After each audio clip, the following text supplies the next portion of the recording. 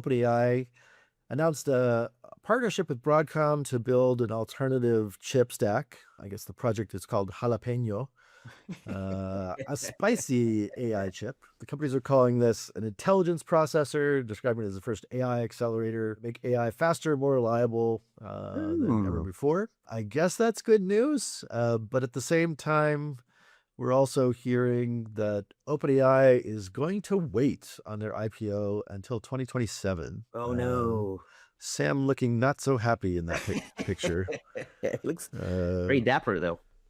Previously, I guess there'd been some news stories from OpenAI CFO Sarah Fry about, maybe them not being ready to go public. Yes. Perhaps not at $1 trillion, maybe, somewhere below that. Seems like given all the other, headwinds that is happening in the market, maybe SpaceX falling down a little bit, Anthropic having its own stories, OpenAI just maybe deciding to wait a little bit. I would say, first of all, that is good news to have a partner like Broadcom, but what they're building, what you just described, sounds a lot like what NVIDIA does. So the fact this is a bit of a middle finger at NVIDIA, or I guess it's a way to diversify their partnership away from NVIDIA and into Broadcom. I think the delay of the IPO, I think you and I had speculated that this would be the tougher of the two IPOs, right? Between Anthropic and OpenAI. For sure. The concerns on OpenAI are, one, they haven't told us what their revenue is in the last couple of months. When companies don't tell you what their revenue is and they don't disclose that information, usually it's a sign that they're not hitting certain goals. So they're probably somewhere in the 30s ARR, but not hitting goals or growing a lot less quickly than Anthropic. The other concern, I think, with them is they're also burning a lot of cash, which I think Anthropic has now become profitable and OpenAI is not that. And in this environment, that could be tough. There's been a lot of churn on the OpenAI team. We've talked about that. That's number 3, like between, their COO, Brad Lightcap, being moved around, and Fiji Simo and board members coming and going. And it's like the drummer on Spinal Tap. Like every other day, there's He exploded on stage. An issue about how somebody on the management team is no longer with the management team. You just don't go public. And then when you see the CFO, Sarah Fryer, saying things that are a little bit different than the CEO, that's a little bit different. I would say a lot different. Well, yeah, it's back to that communications game. Like, you got to be really tight with your CFO.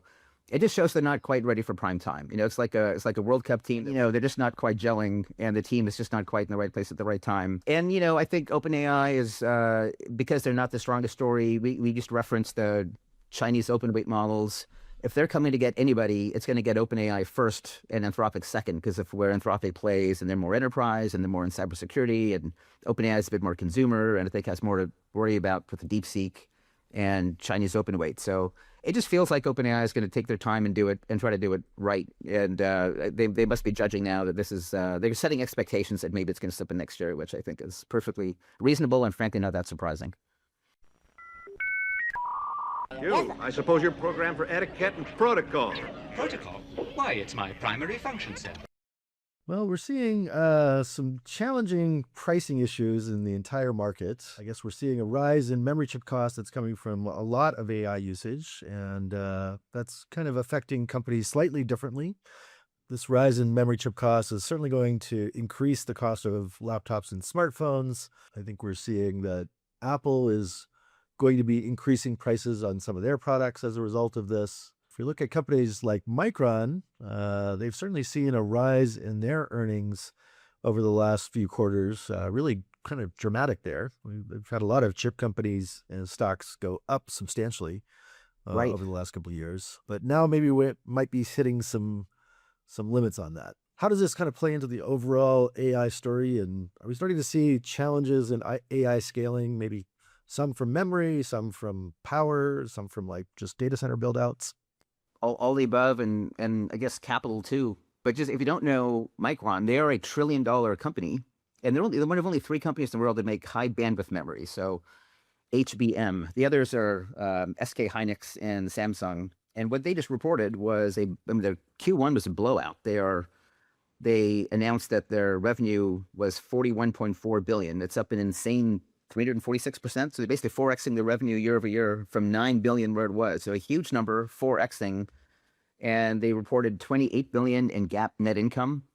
So they're generating 85% profit margins and 60% profit margins, and are sold out of inventory for all of 2026. So the fact there's a bottleneck here with high bandwidth memory or DRAM means that it's just another cost driver of AI on top of the other things you talked about. I mean, I'm sure we'll see Apple, they announced they're raising prices of everything. I'm sure we'll see the Microsoft Xbox become more expensive. I'm sure the Nintendo Switch now will become more expensive. So I got a budget for my, my Christmas gifts for my kids. But it does feel like this bottleneck's going to be here for a while. And I think that does make the cost to compute, go up. And that's probably going to be one more factor just in metering how quickly AI gets adopted across the landscape.